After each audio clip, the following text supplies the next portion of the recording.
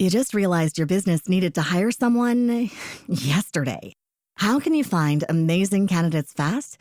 Easy. Just use Indeed. Stop struggling to get your job post seen on other job sites. With Indeed sponsored jobs, your post jumps to the top of the page for your relevant candidates, so you can reach the people you want faster. According to Indeed data, sponsored jobs posted directly on Indeed have 45% more applications than non-sponsored jobs. Don't wait any longer. Speed up your hiring right now with Indeed. And listeners of this show will get a $75 sponsored job credit to get your jobs more visibility at Indeed.com/kidsandfamily. Just go to Indeed.com/kidsandfamily right now and support our show by saying you heard about Indeed on this podcast. Terms and conditions apply. Hiring? Indeed is all you need. Are you ready to learn the 3 secrets to launching a successful podcast? Hi, I'm Bill, a recent client of the Podcast Mogul. If you've been thinking about starting a podcast but aren't sure where to begin, he's got you covered. He is hosting a free webinar where he will share the 3 secrets that can help you launch, grow, and monetize your podcast without any fancy equipment or technical headaches. Click the link in the show notes to save your spot now and let him help get your podcast off the ground.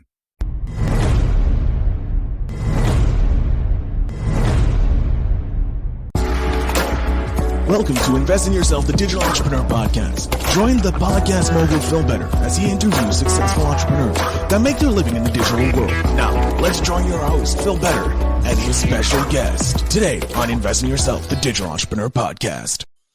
Ladies and gentlemen, welcome back to Invest in Yourself, the Digital Entrepreneur Podcast. I am, of course, your host with the most, the Podcast Mogul himself, Phil Better. And today I am happy and excited to have another doctor on the show, Dr. Bradford Carlton from Mayflower Advising. Dr. Carlton, thank you so much for being on the show today. Well, thank you so much for having me, Phil. I truly appreciate it. So, Dr. Carlton, can I call you Bradford? Call me Brad, please. Brad, okay. I'm not that pretentious. I don't like to say it, but sometimes doctors really love to have the doctor said before their name. So that's the thing. It sounds important, right? So I have it, might as well throw it there, but it's for branding purposes. Just a little, bragging rights there, going through 8 years of medical school or however many years. It was actually law school, but law school. Oh, Jesus. I took the easy route to get that doctor. I don't know if it was the easy route or not, because it's still a long term to get that. But Brad, thank you so much for being on the show. I'm excited to hear about your story. Learned a bit about how you started in one area and now you're shifted over to a different area. So I'm interested about that. So how about we start? Why did you start becoming an entrepreneur if you had a law degree? So I started an entrepreneur. I guess you kind of need to know my backstory. I had wanted to be a politician. And so at age 7, it was the 92 election. I was in the polling booth with my mother, and she's like, whether you love him or hate him, it doesn't matter what side you're on. You have to have some respect for the people that are on this ballot because they're willing to put themselves out there. They're willing to face the ridicule of people putting them down and saying awful things. You have to have that. And I'm like, wow, that sounds great. That's what I want to do. So I mapped out my plan. I was going to go to college. I was going to go to law school because, politicians are attorneys, right? Mm-hmm. And so I did all that. I got into law school, met my wife in law school, and ended up working for a court. And the court wanted me to be on the judge track. So I'm going to the political fundraisers, and I was made court administrator at age 26. I was running a county court at age 26. And so then I'm at these fundraisers and I'm talking to the people behind the scenes. I'm talking the federal Congress people, the governors, the movers and shakers of the world. And they do not care in any respect about the average person. And I'm like, oh, is that what this is really about? So I guess I don't really want to be this. So I got out, went to a small law practice. It wasn't particularly small. It was actually one of the most prestigious elder law firms in the state of Ohio. And I just grinding because here I am. I'm a young attorney. What am I supposed to do? I've never had to sell anything, and clients are coming in every day and they're asking me for my advice. And I'm like, oh gosh, right. They don't teach you that in law school. They teach you to study and read. And here I am, and I'm having to tell people that, they're going to die in a few months and it's going to be okay. But I think it was because I had a baby face, but these little ladies they could not help but buy from me. They couldn't help but sign that contract. And I'm like, cool. And the partners are like, that's really cool. He's doing great. And they actually promoted me to partner at age 27. It was a 28-year-old law practice. I was the youngest named partner in the state of Ohio at the time. And I'm like, cool, I'm 27 and I now have to go around teaching attorneys 30 years older than me a subject of law that they're like literally closer to than I am, right? Elder law, like, okay. Yeah. And at that point I had a little bit of a big head because, understandable. Court administrator, partner in 2 years. In 2 years I did this. And so my wife had graduated from law school at that point, and she wanted to start her own business. It was her dream to be a business owner. I'm like, I'll be right there with you. Let's make it happen. Right? I can do this. Look at what I've accomplished in 2 years. And like most small business owners, our first year was the worst experience of my life. We did every marketing technique you could imagine that attorneys knew. So we're talking the yellow pages, we're talking networking events, we're talking the penny savers, coupons. We're like, we did it all. We went glad hatting as much as we possibly could, and it did not work. None of that stuff worked. And so the next year, tax time came around. This was March of 15, if I recall. And I owed $10,000 in taxes because I had been a partner the year before, and we had $500 to our name. And they're like, what are we going to do? Like, this is it. Like, I'm going to go to jail if I don't figure something out. And I had a friend who, I don't remember why I was talking to him, but he's like, I can tell you exactly how to get some clients, Brad. I'm like, please tell me. He's like, have you ever heard of the Facebook? The Facebook. I love it. The Facebook. Now, we had been chatting all through law school on Messenger. So I don't know what he was thinking, but he's like, he legit just. Oh, that's amazing. I'm like, yes, I have. Go ahead, tell me. He's like, they've got these things called groups in them. Have you heard of groups? Just post your ad in there. People come to you. And this was, years ago when you could do this strategy. And I'm willing to try anything. Sure. So I had Photoshop. I had no idea how to use Photoshop, but I made an ad in it and threw it up in a group. I think it was 3 hours after I posted this ad, we got our first phone call. We got 5 minutes later, after hanging up that call, we got another call. 5 minutes after that, we got another call. It just kept going. And it turned out we actually were some of the first attorneys to use digital marketing in the state. Next thing we know, we had one of the fastest growing practices in Northeast Ohio. We had 3 attorneys working for us, 3 staff members, and we were going around teaching other attorneys how to do digital marketing and acquiring clients about a year and a half after this. And we did it again. Right? Here I am again, doing this thing. And I kind of just stumbled into it. It was just absolutely fantastic until my wife nearly died in childbirth. And so, it was a 24-hour labor. 20 of those hours, the alarm was blaring pretty much every minute on the minute. Crash team outside just waiting to rush in. And the doctors were all concerned for me because I'm about to lose my wife and daughter all in the same go. And I made a joke about being a doctor. This is actually funny that you brought that up because they're like, doctor. And I'm like, I'm a doctor too. And they all turned and they're like, you're a doctor? Because they had been treating me like not a doctor. And there's apparently different levels of treatment. Oh yeah, there's levels of respect apparently in the doctor world and non-doctor world. Yeah. So they quickly found out I was JD. Whatever. Who cares? But, you're an attorney. You're that type of doctor. Well, it turned around when they realized I was an attorney at that point. Oh yeah, make sure some things. Make sure she lives. Yeah. But baby comes out. They put her on my wife's chest, and my wife looks up at me after going, "Oh, my precious." She did the whole Gollum thing, right? And looks up at me and goes, "I'm not going back to work." And she was our trial attorney, the trial attorney for the firm. So we had court the very next day. And I had slept for 48 hours at this point. And I was the backup attorney to go to court for her. So we were able to get that continued, able to figure it out, smooth that all over that particular case. But my wife straight up refused to go back to work, which was okay because she was bedridden for 6 months. And while caring for her and my daughter for those months, I had to figure out what am I going to do? Because I never really wanted to be an attorney. That wasn't the thing I wanted to do. Mm-hmm. I was really just doing the law practice for her at that point. And so here I am, I had been doing business law with her. So I'm like, you know what? Why not do business consulting? So I made some digital products because I'm at home taking care of them, right? And that was my first foray into digital digital sales. I sold 2 $500 products as my first product. So at least I sold something my first time through, right?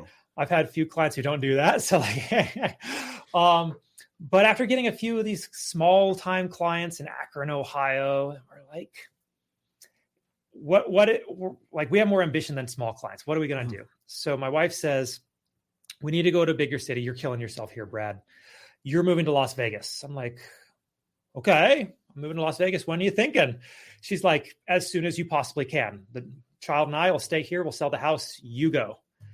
And I'm like, okay, well, I need like a couple of days to get the bills in order and everything, but sounds good. So 3 days after she told me that I was going to move, I was in my car driving to Las Vegas with what I was going to live with until she showed up again. Did my networking thing, the thing I knew what to do as an attorney, right? Like glad handing, going around. And I ended up at a networking event where I met a guy. He didn't tell me his name. He didn't tell me what he did.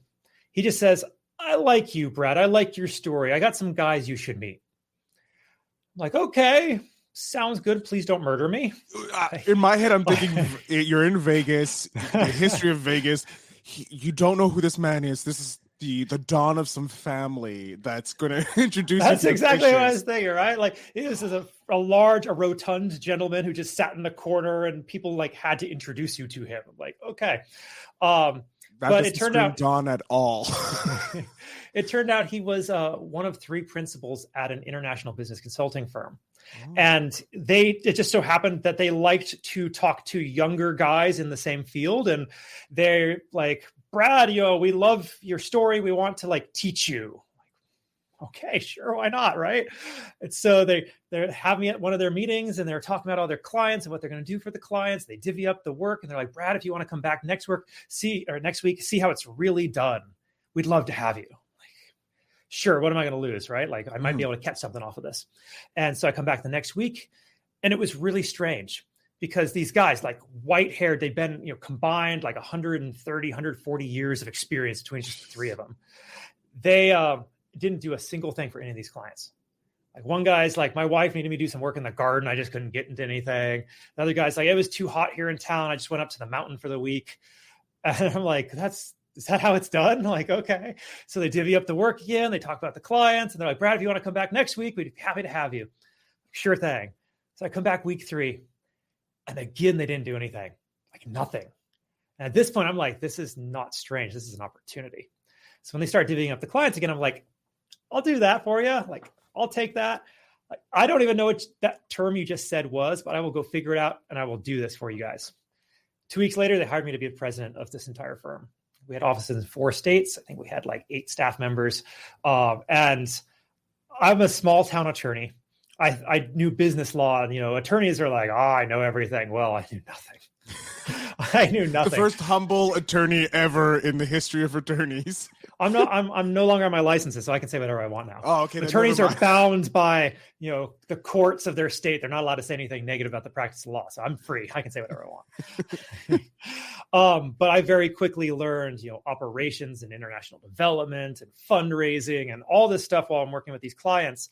And like, it's really funny because I was like studying the night before, reading, and then the next day I'd go in and tell the client, I really think you should, based on what I had just read the night before.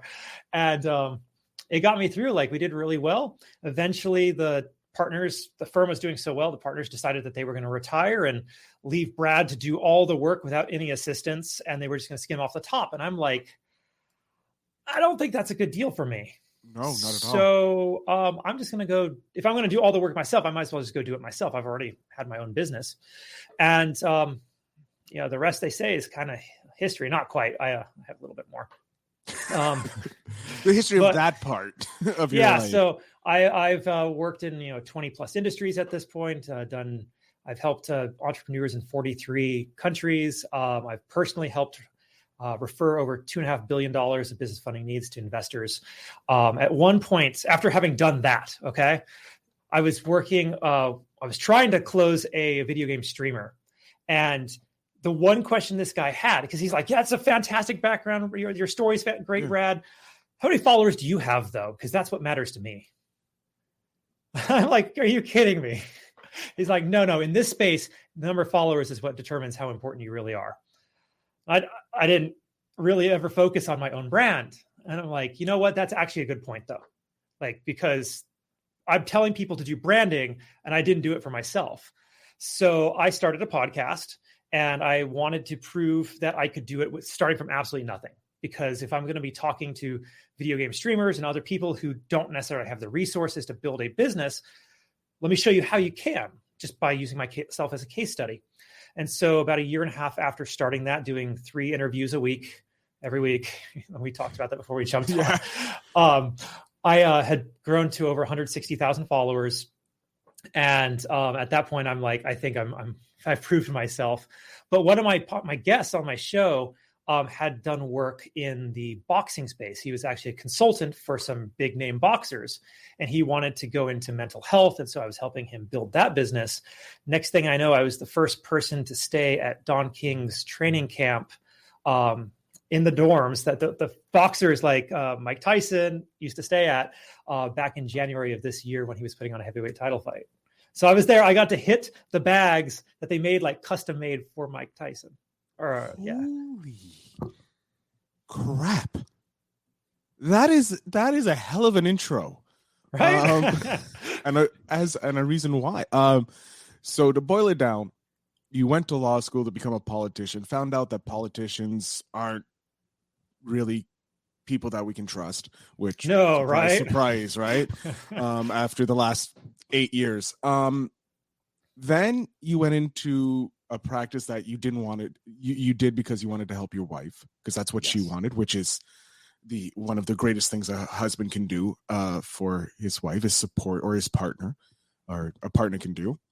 Then when she decides, yeah, no, this is not for me anymore, you go, okay. And then she forces you to leave town after your 6 months, or at least a maximum a year after your child has been born, and she's had this adventure, if you will. And then you end up working for a huge company, being made president again in a short order of time. And then you're like, no, I'm going to do it myself. And then you just go off and be another badass and build up a completely different industry. What? That's pretty much it. Yeah. But I never Are you that bored? Like that. Are you that bored? Never saw it like that. It's every day I just do what's in front of me, and I do it the best I can, because that's all that really matters. Like, you know, the future is a mystery. The past is history. The only thing you have today is the present, right? That's why it's a gift.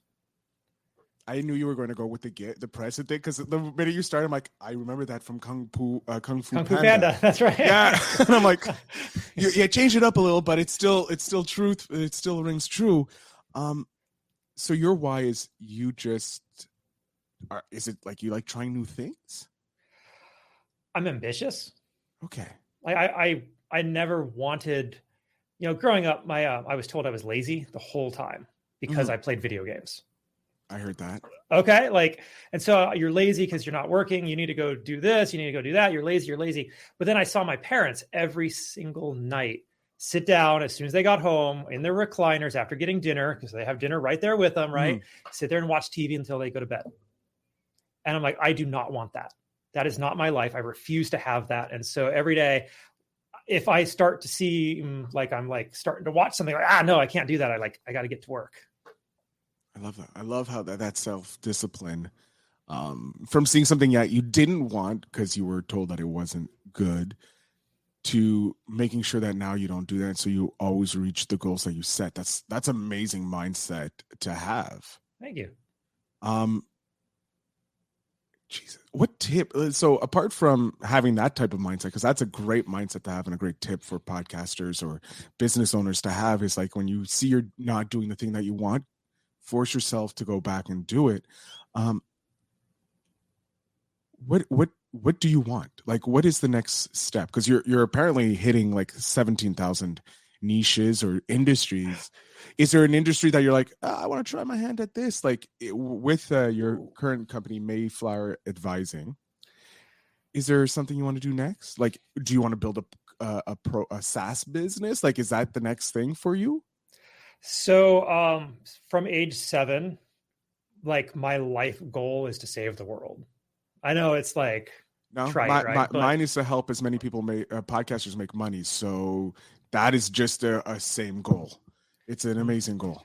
So, just look back then, 92, we knew what issues were already popping up. Overpopulation was the thing they kept harping on back then, global warming, they harped on back then, all these issues. There's food scarcity in places of the world. And so my goal is to, honestly, to raise enough hundreds of billions of dollars to build a space station that we can use to filter water from the oceans. It's going to take me a little time. I already have it mapped out. I know what I need to do. It's just a matter of raising the capital, and you have to have certain things in place to do it. So it's going to take me about 20 years to make it happen. Well, if there's anybody listening to start it happening, I should say. Well, okay. If there's anybody listening that likes Dr. Carlton, Brad's idea of saving the world, building that space station that can filter seawater, to help the population of the world, get in contact with him. But because I think that's a friggin' awesome idea, and it's something that I've actually, not a space station, but like how we can use water to the sea waters to help the world, and we can do I was about to say you're a scientist. You can help me here, even though you have a doctorate in law. Desalinization, I think it is the proper term. Okay, yep. Good. Look at me knowing some science. But yeah, no, the desalination of seawater is like one of the best ways to bring water into to places where they have no water. It's just very energy intensive. Yeah. So you want to save the world by helping like feed, populate with the water, and make sure that everybody can be taken care of. What do you want to do for your, that's an ambitious goal. It is. Oh yeah. It's a life goal, right? I may not achieve it. For my business, so every night I made it a practice. I think it was Earl Nightingale who said every day, write down 10 new ideas that you have in order to make more money for your business. And so I have a book in my bedroom. Right before I go to sleep, I write down 10 new ideas for products or services that I could potentially make a business about. And I've got some real strange ones in there, but because after a few days, you're start recycling the same ideas, and but there's some good ones. And I probably do want to do a SaaS next, just because doing one-on-one consulting takes time. Of course. If I could find consultants who were kind of on business is all about culture. If you don't have the right culture in your business, then you don't really have a business. You just have employees, and that's not what I'm talking about, right? So to find the right consultant to work with me has been one of my biggest challenges. I don't try to be a hard ass when I'm working with people. I usually don't even swear, so hopefully that was okay. I said that. As long as it's not the hard C word that the Brits and the Aussies like to use. Understood. Any other word is fine, so no worries there, sir. And so personality types, this consulting lends to high levels of narcissism. And you asked me, is there a tip that you have for business owners? Do not go into business with a narcissist. That's probably been my biggest challenge in my consulting, is that I will start businesses with other people who are narcissists. And I end up having to do all of the work myself, and then I get blamed for the results not coming about. And without dropping any names or past people I've worked with, it's never a good experience. I always get screwed. Okay, so that is a great thing. Watching out who you go into business is always a smart play, because there's been enormous amount of tales from successful entrepreneurs like yourself who have said they made mistakes going into business with the wrong people. So that's a great tip. Because if the world changes, you already have a book of a billion ideas of how to. I'm very not worried about you losing your business or anything, because you seem to be able to adapt quite quickly. That is a very politician trait. So at least you have that ability to adapt to different situations. In your career, in your whole life, because you told us the amazing story of how you got to where you are today, which is very not a roller coaster, but a very winding, different way most entrepreneurs go about doing it. Like you're like, I want to be a politician. You find out politicians aren't the nicest people in the world. And then you go into business as a lawyer, something that you didn't want to do. What has been your favorite moment? Has there been a moment that just like sticks out maybe, or you may have hundreds of moments. You can choose one that you feel would be relevant to the conversation. So probably my favorite client, he was like a multiple time client. He started off when I was an attorney. He was my client, and then he became my employee. And then he moved to Colorado and ended up homeless. And so after being homeless for a little while, he decided to start a new business, and we reconnected after a few years, because apparently when you're homeless, you don't have a way of contacting people. So I hear, I'm not sure how, but yes, continue. But he got in touch with me, and I had done some things since he had met me, and he learned about my journey. And he's like, that's really cool. 3 weeks later, he calls me up and he's like, so I remember you telling me about your journey. Can you help me raise some money for a business? I need like $15,000. Can you help me get $15,000? Because like we have one machine to put graphics on skateboards, and like I'm selling them out of my truck. Like I need 15 grand to like get another machine so we can sell more. And I'm like, there's not a investor that I know that could possibly get you 15 grand. Like, it's just too small. No one wants to lend anything. That you need to go to a bank if you want that. However, if you want to put together a business plan, we might be able to get you a couple million. So I worked with him to make a business plan. 3 weeks after that conversation, he had a $400,000 investment. That $400,000 investment allowed him to buy the machinery to make skateboard blanks themselves. And about 6 months to a year later, he had the largest manufacturing plant of skateboards in North America. And the thing about it was, the thing that made him successful that I don't see in a lot of other entrepreneurs is he had the big vision. He knew that he could keep going up. It wasn't like when it first started, he just needed a little bit more money. I just need this, right? And as soon as I told him to think bigger, he went for it. And he was the kind of guy he was willing to call anybody, say whatever he needed to in order to make the deal close. And he made it happen. That is a freaking inspiring story. They went bankrupt though. That's the thing. Oh, shit. During the middle of the pandemic, supply lines dried up, and they had all these staff members and making the stuff, but they had no wood, and they had all these orders they had to fulfill, and it just didn't work out. They grew too fast. That is both the best and worst story, but also it's a great cautionary tale about growing too big. Mm-hmm. Before you're ready, because if you grow too big, you have a world like, barring the pandemic happening, it probably would have evened itself out. It would have leveled off and cooled its growth. I like to say that the whole time they were going up, I was advising them, and then when they stopped calling me, that's when it turned around.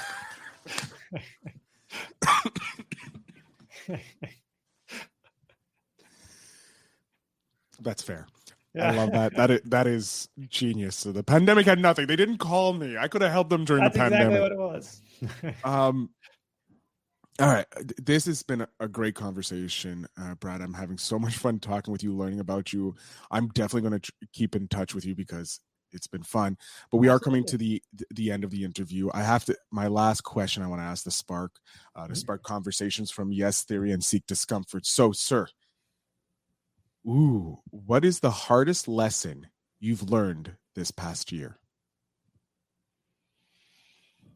Man,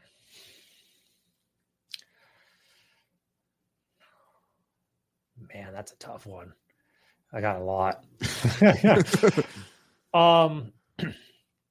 Probably the hardest lesson I learned is you can't help someone who is not 100% invested in themselves.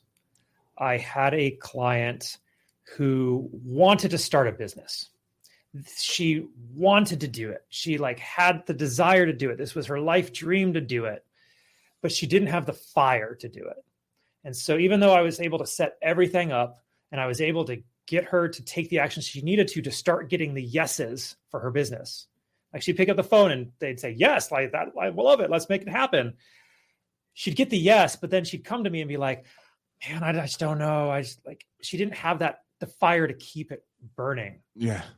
And I invested a lot of time in this client, and her business ended up going nowhere after 2 months just because she didn't want to do it at the end of the day. So she started a business and didn't want to end up doing the business. Yep. Even though she had the easy wins. Like they were just. Yep. She was getting lay downs. She was getting lay downs, and she didn't want it. Like she was getting the easy wins. Mm-hmm. So now when I do my interviews, I am a little more discerning about, like, do you actually care about your business? Are you in this for the long haul? Yeah. Like, are you 100% in? Like, if you made no money for 10 months, would you still want to be doing this? That's the fire you need. Wow. That I don't understand someone who is getting easy wins deciding, no, this is, anyways, that's life. That is life. But I'm going to jump off here. I'm going to let you have the front of the screen for the last little bit. Tell my audience where they can find you, how they can work with you if they're looking for some great advising from you. Certainly. You can find me on Facebook. I think it's Dr. Bradford Carlton. I think my page is at Coach Bradford Carlton, but you should be able to find me easy. I got enough followers. If you want to reach out to me, please feel free. I'm more than happy to get on a call, no charge, just to chat for 15 minutes, half hour. Just reach out to me at Bradford@Mayflower Advising.com. That's with an S in advising. So people spell that incorrectly with a C. Otherwise, keep believing. As the Journey song goes, just don't stop believing, because that is really the key. Every single day, I believe I'm going to succeed because I'm willing to do it, not because I put in all this hard work. Some days I don't work all that hard and I get great wins. Like, I don't think I've ever worked all that hard, even though I put in 12-hour, 16-hour days sometime. It's, if you love what you do, if you're here to win, like, it's just another day. I don't even know what day of the week it is today. So it doesn't matter. Every day is a new day, and it's all a gift. It's all a prize. So believe in yourself. I believe in you. Like, every person I've ever met, I believe in. You have it. You have the capability. It's in you. Go for it. Great words to end the episode on. Brad, thank you again for being an amazing guest. I'm so happy that I've connected with you, and I get to talk with you and learn so much about you today. Absolutely, Phil. Anytime. To my audience, of course, in the show notes down below, you'll have the links to connect with Dr. Bradford Carlton. I can't thank you enough for being on the show once again, Brad. And to my audience, remember to always invest in yourself.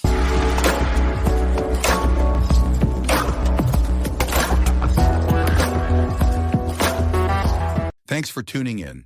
Now it's time to take the next step. When you're ready to dive deeper into how to launch, grow, and monetize your podcast, Phil's got something special for you. Join him for a free webinar where he'll reveal the 3 secrets that have helped countless entrepreneurs succeed in podcasting. Click the link in the show notes to save your spot, and let's turn your podcasting dreams into reality. You just realized your business needed to hire someone yesterday. How can you find amazing candidates fast? Easy. Just use Indeed. Stop struggling to get your job post seen on other job sites. With Indeed sponsored jobs, your post jumps to the top of the page for your relevant candidates, so you can reach the people you want faster. According to Indeed data, sponsored jobs posted directly on Indeed have 45% more applications than non-sponsored jobs. Don't wait any longer. Speed up your hiring right now with Indeed.